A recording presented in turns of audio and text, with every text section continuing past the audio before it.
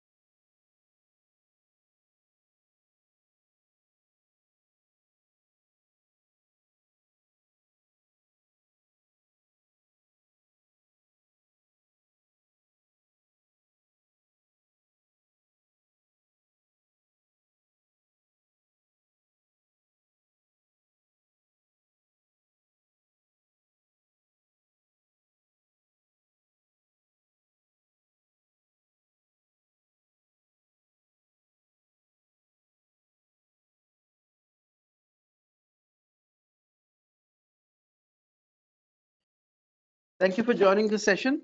We will start in 1 minute as per the scheduled time. Thank you.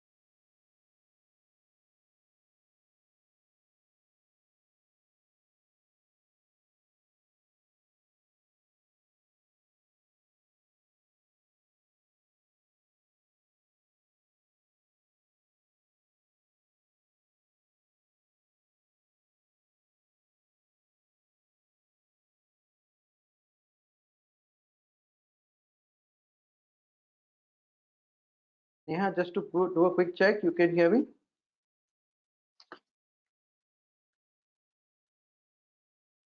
Yes, I can hear you. All right, let's start. So good morning, Neha, good can you hear me? afternoon, good evening to all the participants who joined from various parts of the world. Thank you for joining. I see participants joining in from India, from Sri Lanka, from US, Canada, Spain, UAE, Africa. Very good, amazing. Thank you so much, guys, for taking this time off to attend this webinar on the talent transformation, talent assessment trends. So thank you for joining. Let me quickly get on with the discussion. We also see a lot of participants still joining, but we will start with the introduction and they can keep joining in the background. You see two pictures. One of them is mine, slightly different than what you see on the screen, but this is what COVID and unprepared or untrained resources do to you. My name is Sunil Mehta. I look after the business of Quint in India, Middle East, and Africa, and I'll be doing the introduction today. My colleague Pankaj Kejriwal, he doesn't have those issues currently, thankfully. He'll come towards the end for a quick summary and closure. And today we're going to look at an important aspect of talent assessment and talent transformation and how behavior plays a very, very critical role in the overall human capital development. And this would be our topic. This would also be my theme of choice today as we go along. But before we start, I want to give a little bit context on who we are. How does TAL's success fit in? Where does Quint fit in? Where does Omnia fit in? So that you understand the overall picture in the big screen. I'll talk about TAL Success a little bit. TAL Success is the brand of Quint Consulting Services. You know, Quint is a global training and consulting organization. We've been doing business for the last 30 years globally. We started in 1992. In India, we started in 2004, so more than 15 years of experience.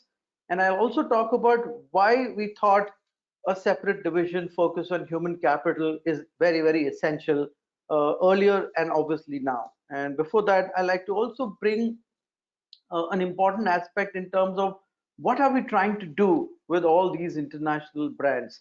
And there are about 5 big brands that we have already aligned with on different aspects. So you see Omnia, which is a world leader in behavioral assessments and talent development, focus mostly on the behavioral and the cognitive side, which is very critical.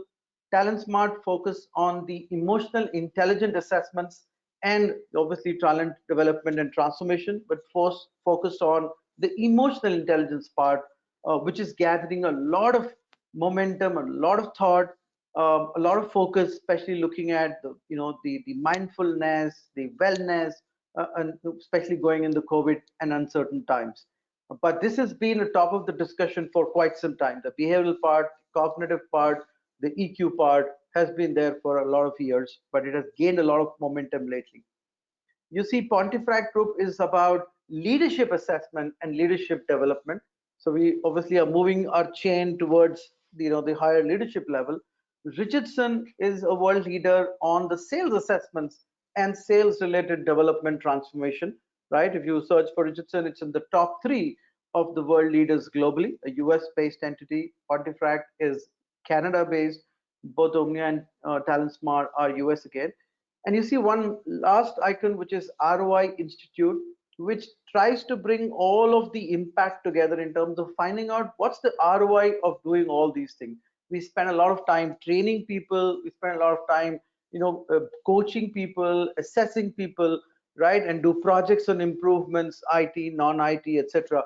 But in the end, what's the overall impact we are able to create quantitatively, qualitatively, dollar-wise, rupee-wise, etc. And ROI Institute is trying to bring best practices, processes, procedures, how an organization really can calculate that. I'm very, very happy that we were able to bring those processes and best practices to our clients in India, Middle East, and Africa as well. A little bit on TAL Success. Obviously, if you see the bottom line, it says talent transformation for business success. That is where TAL Success comes from. And I'll talk a little bit about what transformation we are trying to do from the human capital point of view, right? But it covers assessments, obviously, to find out individually where we are on all the aspects that we talked about, workshops to develop those talents, yeah, group coaching, one-on-one coaching to again focus on specific traits to improve, and the ROI basically from the business impact analysis point of view. In the overall leadership umbrella, we are trying to look at leading self. How do you become a world-class performer, right? Leading teams, again, high-performance teams, and leading organization, which is how do we create high-performance, organizations. So from self to teams to obviously organization, how do we put all of this together from a collaboration point of view, communication point of view, cognitive point of view, behavioral point of view, and how you manage self and others from the emotional point of view. All that bringing it together from the perspective. And I talked about Richardson from the sales perspective, which covers the entire spectrum of opportunity creation, winning the opportunities, growing the opportunities, and obviously managing the overall process of sales. Yeah, so this is in a nutshell a combination of Quint and Tal Success, and we'll come to little more detail on that. But all those people who know us know that we do about 6 areas. Yeah, and I like to figure that out with you. Where does human capital fit in, and why was the need for us to look at best practices, technology, and now purely the human side of it? So in 92, when we started, one of our basic focus was to organize IT, which means what are the best practices from an IT point of view. That's when ITIL came in, right? ITIL were registered in 1992, for some of you know. So we picked that up and started giving organization best practices on IT, right? And how they should govern and how they should control and how should manage it. So that's how we started, where COVID came in and TOGAF came in, and obviously later on Lean and Agile and all that stuff came in. Is how best can we organize our IT? But that's 92, 93 onwards. Then we went into how does IT processes work with technology, right? So you created a process that could be a financial process, that could be an HR process, that could be any process. How do I automate that to ensure business value? And that's when blending technology with business comes in, and automation comes in, speed comes in, yeah, mobility comes in, scalability comes in, and so on and so forth. So that's the other area that we went on to. And then with lean and agile and DevOps, and obviously now digital transformation, the need for innovation came in. We need to constantly keep challenging ourselves. We need to constantly challenge others to ensure that we are continuously adding value in the whole life cycle. So innovation became a very, very critical area where we started working on innovative projects, innovative training, and all that stuff, leading to the entire digital transformation, right? So it started with digitizing, but digitizing is only one element of the entire digital transformation, and human capital played a very, very critical role, especially in the whole digital transformation. Then came data science. Yeah, so data as a science, analysis of data as a science, AI, ML, all that jazz which is everybody's talking about. There is a science behind it, right? So the entire data science came in, and we doing a lot of work on the overall data science projects, yeah, and data analytics as a whole. And last but not the least is putting all of it together for sorry for high performance teams, high performance organizations, right? So if I put all of it, if I'm able to convert my process, I'm able to automate it better, I'm able to manage my innovation better, I'm able to digitize and move to digital transformation, I'm able to manage my data. The overall arcing thing is that I'm able to create a high performance people, a high performance team, and obviously high performance organization. But where does human capital fit in? And in all our years, 15 in India and 30 outside, we realize that we are not focusing too much on one big element. We're focusing on the best practice, we're focusing on the technology part, but somewhere the human capital part is not getting the desired result. And what happened was we did a lot of consulting projects, yeah, which had a very clear objective, but in some of the projects we could not achieve those objectives. And it was very clear this is not because we were not competent enough from the best practice or from, let's say, the technology perspective, but it's because we did not look at the human side. People are not willing to change, they are not able to take decisions, they are not able to collaborate, and we are assuming all those things when we do these projects. So that was an area that we said we need to explore much, much more deeper than we already have. Now, if you see our journey over the years, we started in 92. In 2004 is when the India Consultancy Office started in about 5 locations. In 2013, about 9 years later, when we did a lot of projects, we started a division called Quint Colors. that was the division focused on human capital, and we did a lot of experiential learning sessions. They were all content created by us, and we were trying to play games, obviously simulated games with people to bring in the collaborativeness, bring in the trust, bring in, but it was very restricted to some of our existing projects, right? So it did bring a lot of value to us and to our clients, but it was only restricted to some of the consulting and training projects that we did. But if you look at now with TAL Success, we are now moving to the next maturity level with Quint Colors, right? So Quint Color does not exist; it's get replaced with TAL Success, where we are saying it's not specific to a particular industry, right? It's all across. Earlier in '92, IT was the only industry we were focusing. 2013, it went across the industries, and in 21, we see a lot of traction happening from healthcare, hospitals, manufacturing, telcos, banks, right? Where all these behavioral, cognitive, and EQ related issues are really, really pertinent. So that's been our quick journey from where we are. And just to also let you know, this is something that we have a very large portfolio. This is some of the hottest selling portfolios that we talk about. And yesterday I had a big discussion with one of our Middle East client on change management, and we did a project on change management, and it was not going again the way we wanted. And the discussion again was on the behavioral part of the team, right? They have been in the organization on an average 14 years. They have a specific way of doing things. Now we are telling them a better way, probably for as per us, but as per the team, they have to do a lot of changing, a lot of thought change, a lot of process change, a lot of tool change, and that's not an easy thing for them to do. So a lot of pre-work is going on management of change itself before the actual change starts doing. So it's all related to, again, as I said, human capital, human capital, human capital. DevOps has a very big focus on leadership, how you're able to take decisions, how assertive you are in those decisions that you take, because there are times where you have to be assertive. And are you an assertive manager? Do you have those behavioral traits in you, right? Can you really collaborate with people? Can you really trust people? Can you offload your part of your piece to now somebody else? Because in DevOps, the dev and ops are no longer talking. They're one team now.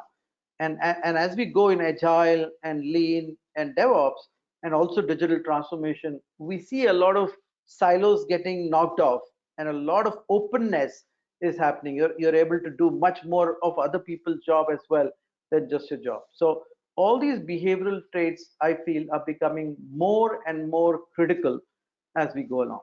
So this is in a nutshell what I want to cover. I want to give you a little bit a peek into Quint, a little bit peek into why we thought TAL Success should become much bigger than the Quint Colors was, and a little bit in terms of what we are trying to introduce now. So I'd like to welcome our guests, our special guests, Heather and Wendy. Heather, as you see, is the Chief Revenue Officer. She is the lead from the revenue point of view with Omnia Group, also an SME in the Omnia behavioral aspect. Wendy is the Chief Product Officer. She is accountable and responsible for all the products and the updates, and is a big SME. We've been doing a lot of discussions with both of them to kind of see what would work in an Indian context, and how can we contextualize it from our point of view, because what works outside might not. So the last 3 months have been basically in terms of contextualizing the whole behavioral aspect and how it'll work for us in India. So I like to thank Heather and Wendy to take out time. It's early morning for them, so thank you for joining, and over to you, Heather. Yeah, Heather, we can't hear you.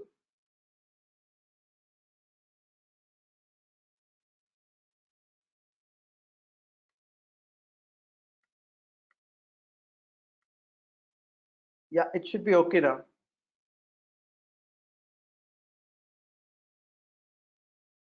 No, Heather, we still can't hear you.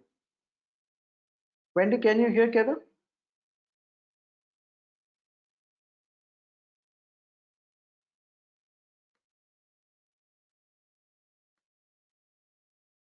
Great. Can you hear me now?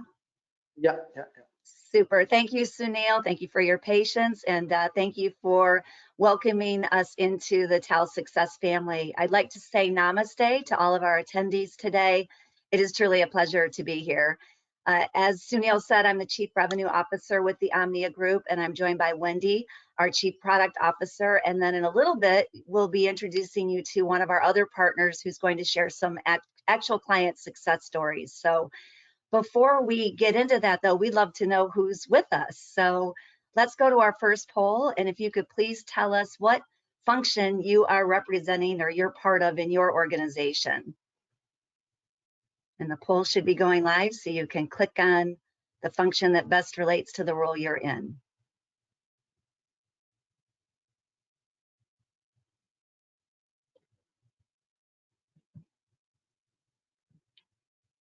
Okay, so the poll is live. You can just select one of the 4 options. We want to run it only for about a few more seconds. So if you can quickly submit your, so I see about 50% have voted. Now it's going fast. Thank you so much. Can you quickly also vote? It gives a good point for Wendy as well as Sheffer to kind of talk about specific to HR L&D, because I see a mix.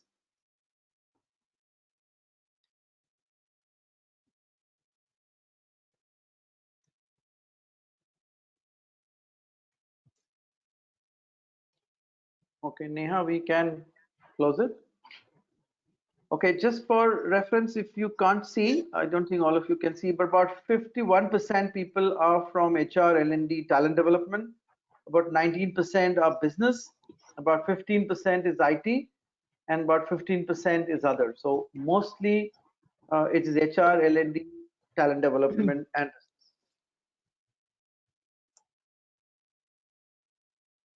Great, thank you. It's helpful to know where you're coming from in the business, and I think we can all relate that people are at the center of what we do. So let's get into a little bit on the top trends and Omnia's role in this. First, we want to talk about just a little introduction to who the Omnia Group is. We were established in 1985 and built scientifically valid workforce assessments. And over the course of these 35 years, we have worked across the globe, but not so much in India. So we're very excited to be launching this partnership and having an opportunity to bring Omnia to India. Over the course of these 35 years, though, and working with Fortune 1000 companies, we have done a lot of studying and helped organizations with our behavioral assessments do selection, development, promotion, and make succession decisions, as well as really help build high-performing teams. And through our work, we have developed specific benchmarks, benchmarks for industries such as manufacturing, healthcare, insurance, financial services, automotive, specific benchmarks to specific roles. So those basically look at what are the criteria, the personalities, the traits that fit best with different roles.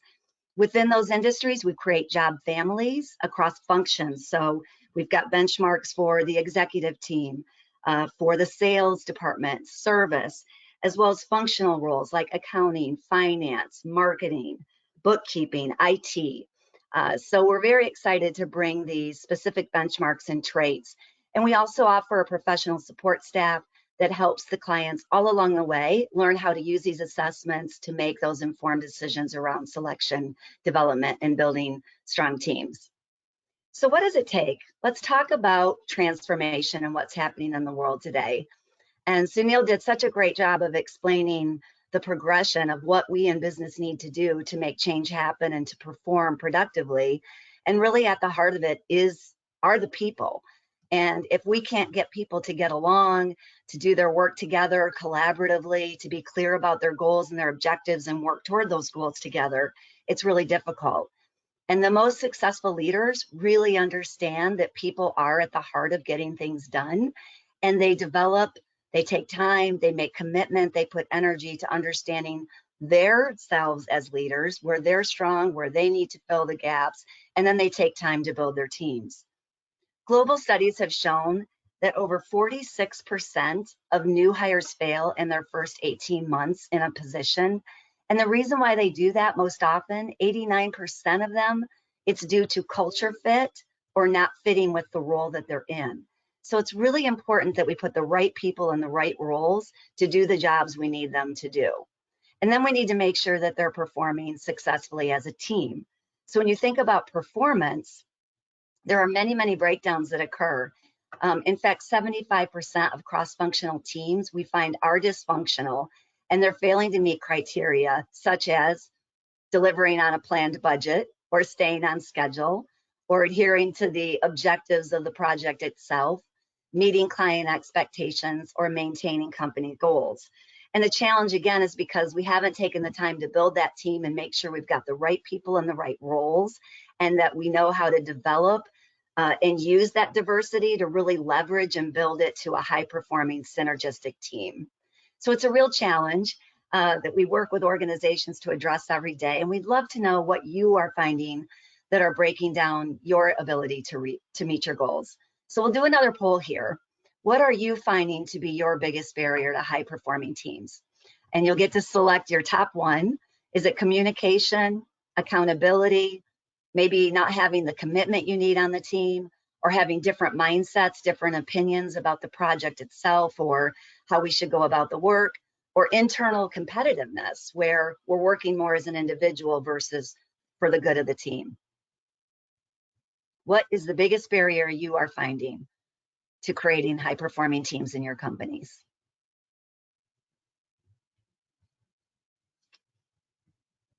Okay, if you can quickly vote. I just see 20% right now, but let's be agile. Great. Okay, now we have 40%. So yeah, please take a few more moments to select one of the following. Thank you for your participation. We love hearing what's happening in your organizations.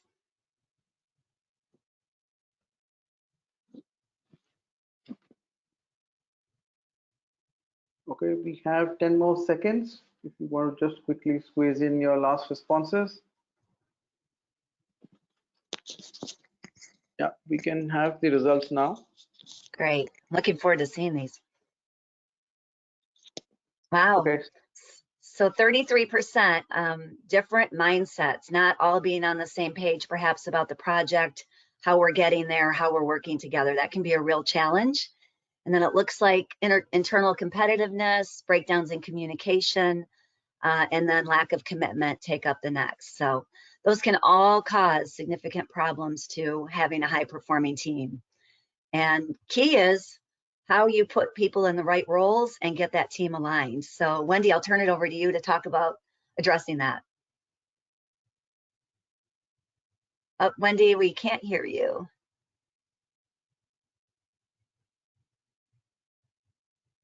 We got to make sure we unmute Wendy.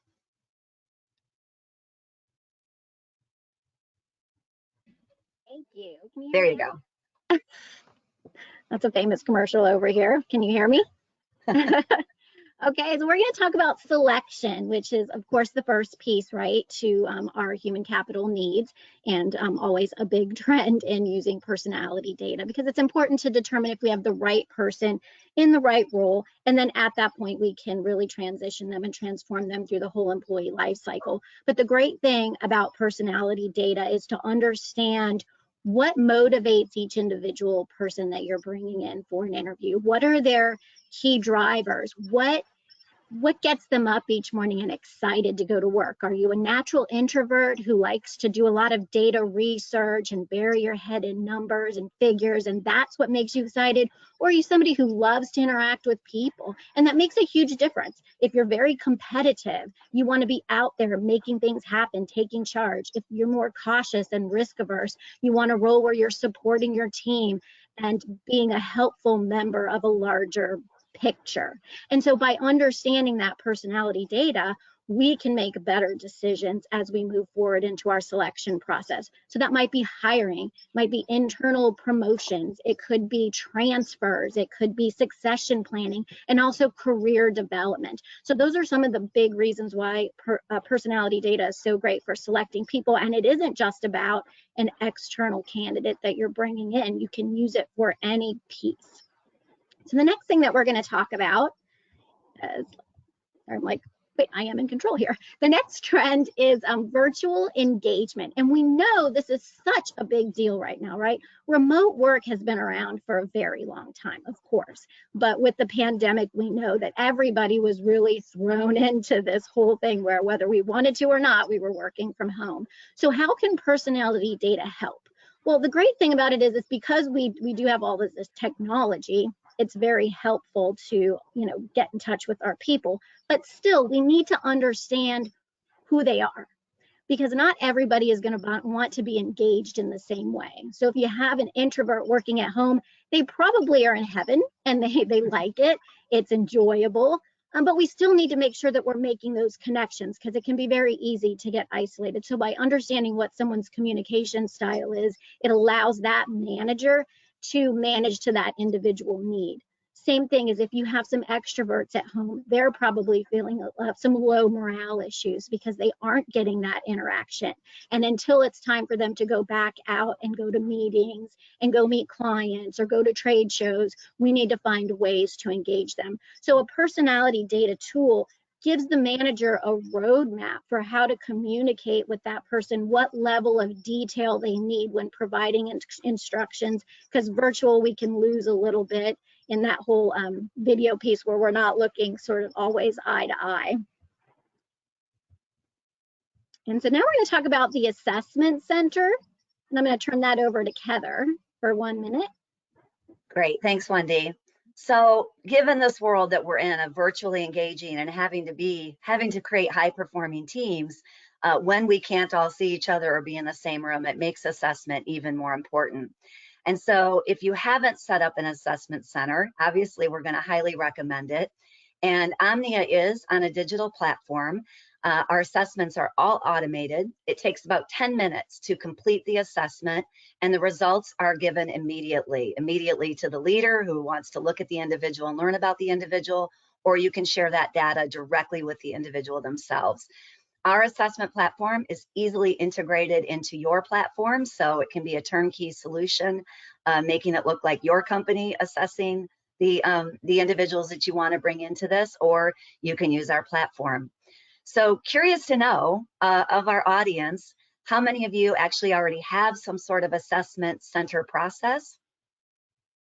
And I think we've got to move to a different poll. Maybe we don't.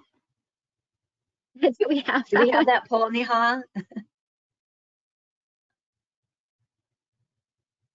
All right, this is not the poll we were going to run. So if there's a way to close this out, we can skip the assessment center poll. And I think we should dive in and talk about what we're asking here. And that's, what does the assessment look at with a specific example? Can you see that screen then, the project manager? Okay, great. So sorry about that. We're going to talk, about what we measure, because that's the exciting piece. This is the part that I love, is understanding what it is that we do from a measurement perspective. And the way that we show it is in our Omnia's 8 columns. I heard a little something, sorry about that. So the way that we measure it is we have 4 personality dimensions: level of assertiveness, communication style or sociability, pace, and need for structure. And we break that down into 8 columns. And so how that works is that they're pairs, right? So if somebody has a high column 1, they're a naturally assertive individual. They're win-driven, they're competitive, they like to take charge. If they're a taller column 2, they're more cautious, supportive, team-oriented. So level of assertiveness is one personality dimension. The second dimension is sociability, communication style, thinking style. You have your analytics, which are our tall column 4s. They like to immerse themselves in data, numbers, and they're energized by working with information. And then you have your social extroverts, right? They get their energy from interacting with people. They never meet a stranger. They can engage in conversation very easily. And so as you can see, just thinking about these traits, it really helps to understand what somebody's going to enjoy doing in a work environment and tasks each day. The next thing that we measure is pace and adaptability. So some people are very fast-paced, multitasking. They like change. They can drop one thing and start another. It's very easy for them. The column 6s are your methodical, patient. They really like to finish everything that they start. They have amazing follow-through, and they love to handle, they can handle things with a lot of repetition and it doesn't wear them out. The next thing that we measure is structure. So some people are very independent. They like to have just an open field of things to do, right? And they're comfortable with ambiguity and they focus on the big picture rather than the details. And then you've got your people who are very detail oriented. They like to follow rules and procedures, dot every I, cross every T, and they're very meticulous. So as we go through, this is a very powerful thing because we can have an organization, and we're using a project manager here. You can have somebody with two very different project managers, as I'm showing on the screen. One of our project managers is a detail person. It's analytical, not super assertive, but he really gets in there and manages those processes, the details. He keeps control of everything. And then there's another project manager who's big picture focused, people oriented, relationship oriented. And as a manager, if you understand that you've got these two very distinct individuals, where the challenge area is going to be for a project manager who might not have the best attention to detail. So what checks and balances can we put in place for that project manager? And then on the flip side, the project manager who might not have a high level of assertiveness, what type of training can we provide to this manager to maybe help with things like conflict resolution or dealing with performance issues? And so that really shows like why personality data can be such a helpful development, career pathing, selection tool, all of the above, right? So it looks like this was the one for the development center. So we go into poll 4 now.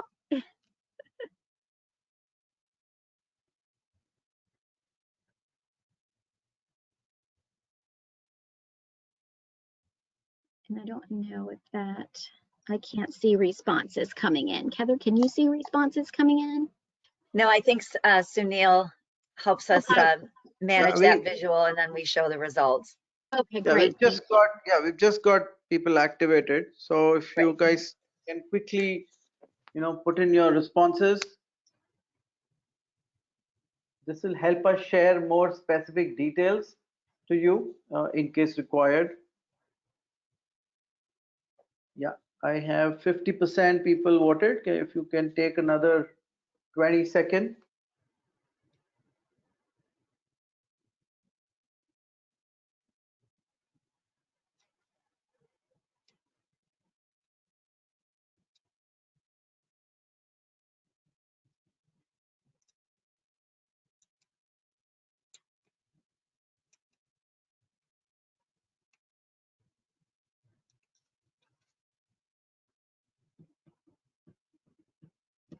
Okay, Heather, you should be able to see the results. We had 40% which says most like, 19% which says most likely they would be setting it up. 40% says likely, 30% says they already have one, which is great, and 12% says they would not need it right away. So we have a large team who thinks this is an essential part, whether they call it an assessment center or they call it a way to assess which role has what kind of profile. I think at least the knowledge level is quite high of the team. Right, and 59% of you interested in going forward with doing something like this. So great to hear. Yeah, absolutely. Now I'm super excited to introduce our next speaker, Emily Hewlin. She's the Emily Hewling, excuse me, live webinar, the founder and president of Selling Strategies. And she has worked with Omnia for 30 plus years. So I'm super excited to introduce her and really see how the Omnia profile applies to real world cases. And if we can just make sure that Emily is not muted, Neha. Hello. Great. Perfect. We can hear you. Oh my goodness, it worked seamlessly. How wonderful. Thank you, Wendy. Thank you very much. Yes, my consulting practice is Selling Strategies, and I started it in 1991 and have been working with the Omnia Group since that time. I'm one of the, I guess, ancient, antique, and historic people who work with Omnia. I couldn't have grown my consulting practice, which does focus in the property casualty insurance industry. I couldn't have grown this business without the help of Omnia, who has worked with in most of my clients actually over the years, there are 4 specific areas where I have relied on the Omnia Group to help my clients. And these 4 areas are, the first one is culture change transition. All these things are going to sound familiar from Heather and Wendy speaking, but the culture change transition, specifically in my role with my selling strategies, is transitioning from a service focus to a sales focus, an internally focused operation versus an externally focused operation. Another transition culturally is one that we see everywhere. A senior generation, family member or not a family member, to the younger generation of ownership. That can be such a culture change, culture shock. And the third culture change is transitioning a business who just simply require a different leadership style that can deal with remote workers, that can deal with what 4 generations now we have in the business world today. So culture change is a specific area that the Omnia Group, which I'll talk about the processes in a minute, have helped me with. The second specific area is truly organizational structure and reporting chains. And why do we need to take a look at that, consultants, is to create a better run and better managed organization. Who should be reporting to whom and in what roles? And the third area where Omni has helped me is helping clients determine the best position fit for an employee. Subject matter expert, management, product development, service, sales, processing roles. Where do they fit? You know, sometimes we just have to put a person in a different position to see them shine. And boy, what a gratifying experience to be on the outside looking in and seeing someone who had not been performing well in a certain role be able to shift positions and really excel. And the fourth area the Omnia Group has helped me with, and my clients, this is all in partnership with my clients, skill development needs, talent transformation, identifying and overcoming performance gaps, and building on an individual's strengths. And Wendy brought this up in looking at those 4 columns, comparing assertiveness or attention to detail. And it's, you know, why wasn't someone good in a job? They were more socially oriented, people oriented, not facts and data oriented. And sometimes it takes a profile, an objective source, a personal assessment, a look in the mirror yourself to determine where you're best suited.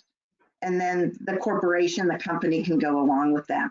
So the 4 specific areas where I highly recommend and where I've collaborated with the Omnia Group is culture change, organizational structure and reporting chains, helping clients determine an individual's best position fit, and of course, skill development needs. The 3-part process I've used in collaboration with Omnia are these 3. And this may not be for every client, but these are the 3 that I've used to achieve those 4 goals that I just mentioned in my consulting role. The first one is Omnia has a talent audit assessment. And this isn't anything so formal done by our clients. It can be a telephone call. It can be a more of a written survey, but it's a conversation where Omnia does such a thorough job of checking the background of my client. And this is what's so critical to achieve corporate objectives. Does Omnia, in processing these assessments and looking at team dynamics, are they knowledgeable about the corporate objectives, achieving quantitative and qualitative goals? And that's where Omnia has really, I think, risen above the competitors, is the time they spend really researching with my client directly, what their goals are in this whole transformation process. So a key role that may not be for all clients, this is digging deep, is a talent audit assessment.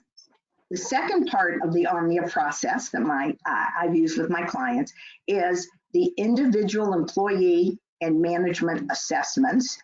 And I was so pleased to see that, what was it, Wendy, about 40% already have what they call an assessment center, that someone can go in and take these behavioral assessments, and it's that individual that's taking them, not their daughter.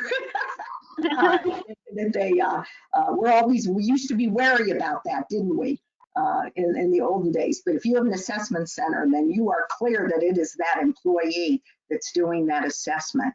So that is the big piece of it, this profile, the Omnia profile, and the assessments.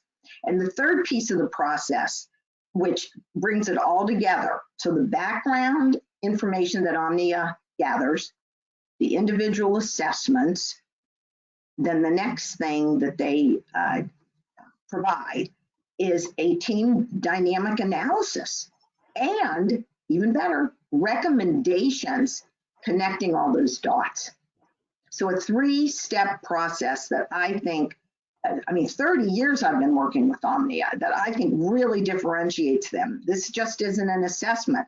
Background information, individual assessments that, as Wendy and Heather have said, immediate turnaround to the leadership team. And when appropriate, sharing with the individual as well as a management tool. And then this team dynamic analysis. So the profiles and analysis have provided me as a consultant and my clients three major things. Key traits that aid and advance career discussions. Is there a fit? Is it a proper fit? What's a better fit? Is there no cultural fit at all? Number 2, practical advice to improve manager and employee relationships. If you have someone who is sitting in a seat that requires detail and that person doesn't have that, how do you talk through? What kind of management coaching do you do in order to have someone improve their performance in a role? So practical advice to improve those discussions. And number 3, the in-depth team analysis that I've just referred to, that team dynamic analysis is what I've always called it, to help my clients. And this is what my clients love about working with Omnia. Maybe I would have gotten there on my own as a consultant, and maybe they would have. Omnia tools help fast forward organizational employment decisions. Now we have something objective sitting in front of a leadership team, something objective sitting in front of a manager and employee that can be referred to. Does this make sense? Does this refer to you? Where do we springboard from there? So let me give you 2 recent case studies as the last piece of my overview of my experience with Omnia. And these are ones that recently come to mind. As I said, I've been working with them for 30 years. The first is a large publicly traded company that has been my client and Omnia's for 20 years. So I've been through, I'm trying to think, Wendy specifically has worked with me with this client. I think we've been through 3 CEOs, we've been through divisional changes, been through a lot. But the most recent assessments that I've done, the consultation I've done with this publicly traded company, we used Omnia Group tools to do the following: reorganize a reporting structure to improve employee performance, and that includes managers' performance, that some of these individuals were in the wrong role themselves. Number 2, we rearranged, but we broke down what we call silos. I'll explain that in a minute if you don't use that term as frequently as we do. To break down corporate silos to develop effective interdepartment teams, collaborative teams across divisions to achieve results. So I think you already are knowing, if you don't use that term silos, what that is are the individual departments that really work, unfortunately, in isolated fashion. They don't communicate across divisions. They don't nicely share resources. In fact, they compete for the same resources. I'm on IT's list to do that. I'm in product development to do that. The marketing department's working on that. And so we've got to break down those silos and get people talking with each other. And that's exactly what a reorganization and breaking down these corporate silos can do. And the last thing that is most gratifying to me, this is what trips my trigger being a consultant, is those Omnia Group tools have created promotional opportunities. And we've had multiple promotions and advancing careers and career opportunities. Or saying to someone, this is what I love, looking at the profile assessment, these are some areas that to get ahead, you should be working on. And would you like training? Would you like support? Would you like coaching? What outside, courses do you need to take to get ahead? And so this publicly traded company, that's exactly what we did. We reorganized the reporting structure.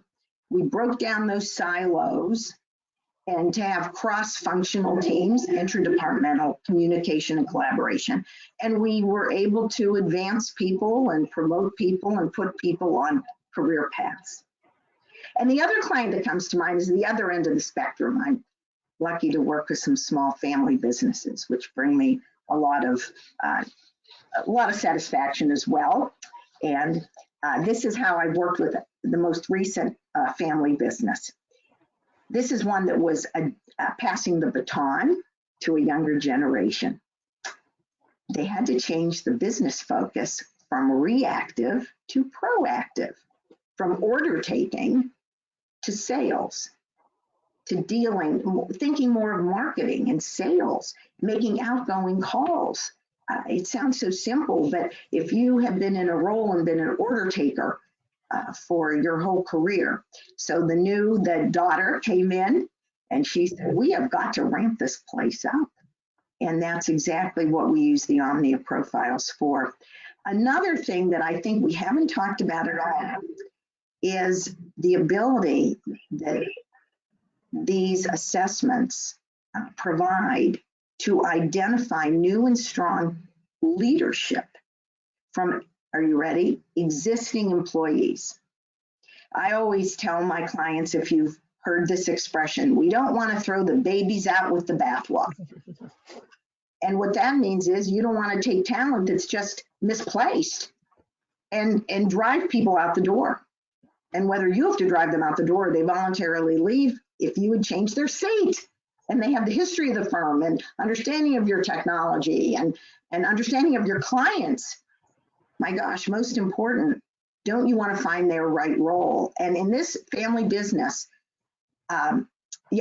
we did have someone leave because that individual wasn't a manager, and we promoted someone to a management position, created a formal, called it a leadership team, and they have leadership team meetings, and they're collaboratively as a leadership team making decisions, which never happened with the senior generation. The owner ruled. That doesn't fly anymore. And the last thing we did for this family business was create uniform processes and procedures to deliver a consistent customer experience. So as you can imagine, if you have someone at the top saying, this is how we do it, everyone's going to take their own interpretation of achieving that result. So this huge culture shift at this small family firm, not so small actually, but compared to corporate America, small, we've just advanced people and improved customer experience. So in conclusion, my clients, if they were sitting here, would give high praise to Omnia as well for their products and services, and individual consultation with them at no additional cost to the profiles that you're paying for. They are available for any discussion that my clients want to have directly with them. So here's how their tools have assisted my clients. Placing employees in the right position, identifying gaps in skills that addressed training needs, development needs, and promotional opportunities.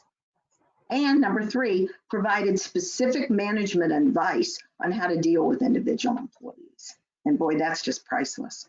So partnering with the Omnia Group has helped grow my business by providing meaningful and actionable advice to my clients that absolutely fast-forwarded business success. So that is my heartfelt testimonial, and Wendy and I have worked together practically every day since she joined.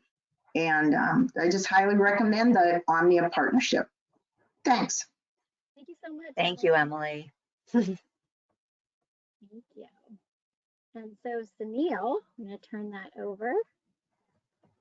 So do we have any poll right now?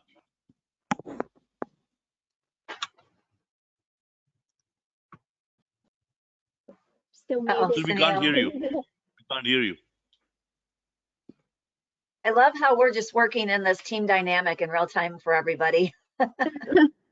So I think, so just want to reiterate the fact, 2 points. So we talked about multiple concerns. I think the team also talked about 33% different mindset, right? So the assessments are more focused on, the individual behavioral issues. They're also focused on team assessments. They're also focused on fitment. Yeah, whether it is a person moving from one job to the other job or getting a lateral hire, a new person. I think that's a very, very important aspect. And I think with major amount of HR people on the call, this is something that you face every day. We also have almost 20% of the people leaving in the first 3 to 6 months of the job because they don't see a fitment. So what you see on the screen, the assertiveness, communication, sociability, pace, are they agile? Are they fast enough? The structure, can they work in a structured environment, or they need, these are some of the things that every profile would differ. And I think we had a discussion where we already created 200 profile maps, which includes IT, which includes, finance, which includes, HR, which includes all. So it's a very great fitment. We've been working with Omnia for the last 6 months, getting our team trained, getting all the alignment done so that we're able to deliver the same quality across that they have been doing for the last 35 years and above. So I think that's important. Another area that I want to, it's a special surprise. We could not, we wanted to do a complimentary assessments for all of you, but because the number is quite high that we see which are joined in, as of now, we'll have to do 50% because these are expensive assessments. These are full assessments from Omnia. I just want to give you a feel of what goes in your mind when you're filling the assessment, how the result comes out, and how can you use the output for improving self, team, and obviously your overall organization. And if that works for you, probably it works for your team members as well.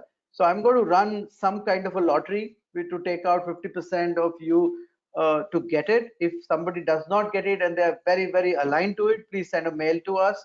We'll try to figure that out.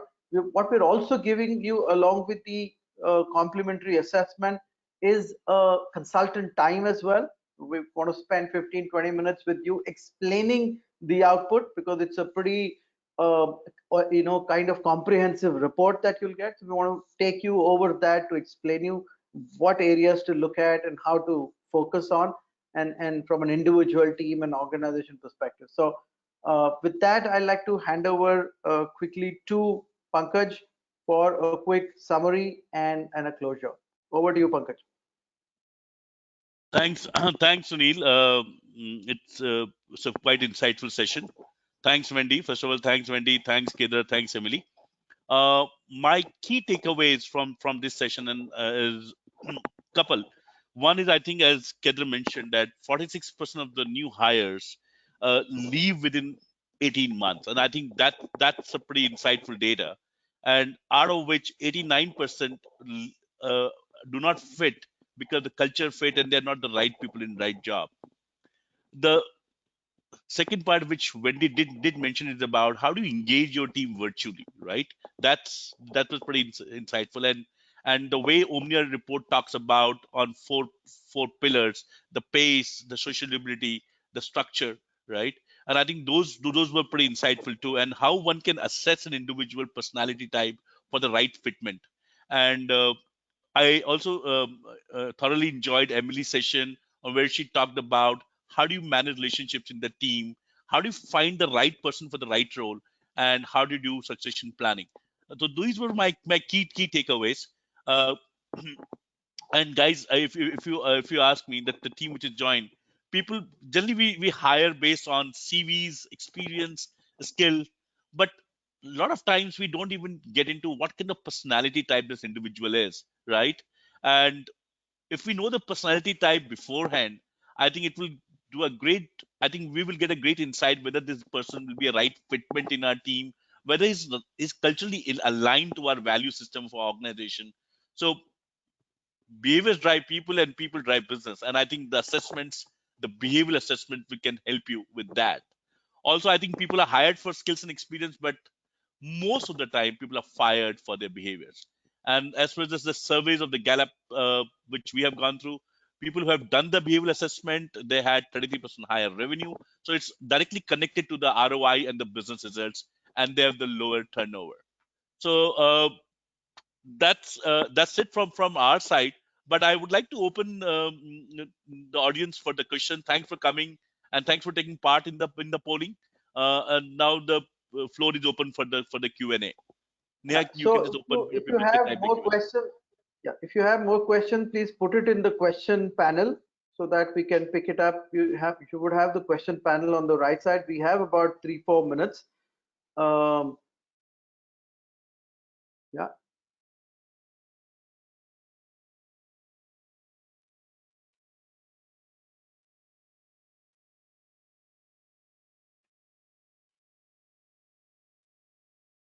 Okay, I think Wendy, we have a question for you. I think it's to do with the 4 pillars that you talked about. I think the question is, how does that look at fitment? I think we went through that quite fast. So can you maybe just elaborate a little bit on the the 2 towers that they're talking about, 1 and 2, 3 and 4? Can you go a little bit on that briefly? Yeah, absolutely. And I'll use sales as an example because that's, position every organization is obviously has a salesperson, right? And so there are key traits that we found successful people in sales have. And this is for consistent, sustainable success. And that would be level of assertiveness. And typically, successful salespeople have a very high level of assertiveness. They're competitive, they're win driven, they're comfortable approaching prospects and asking for the business.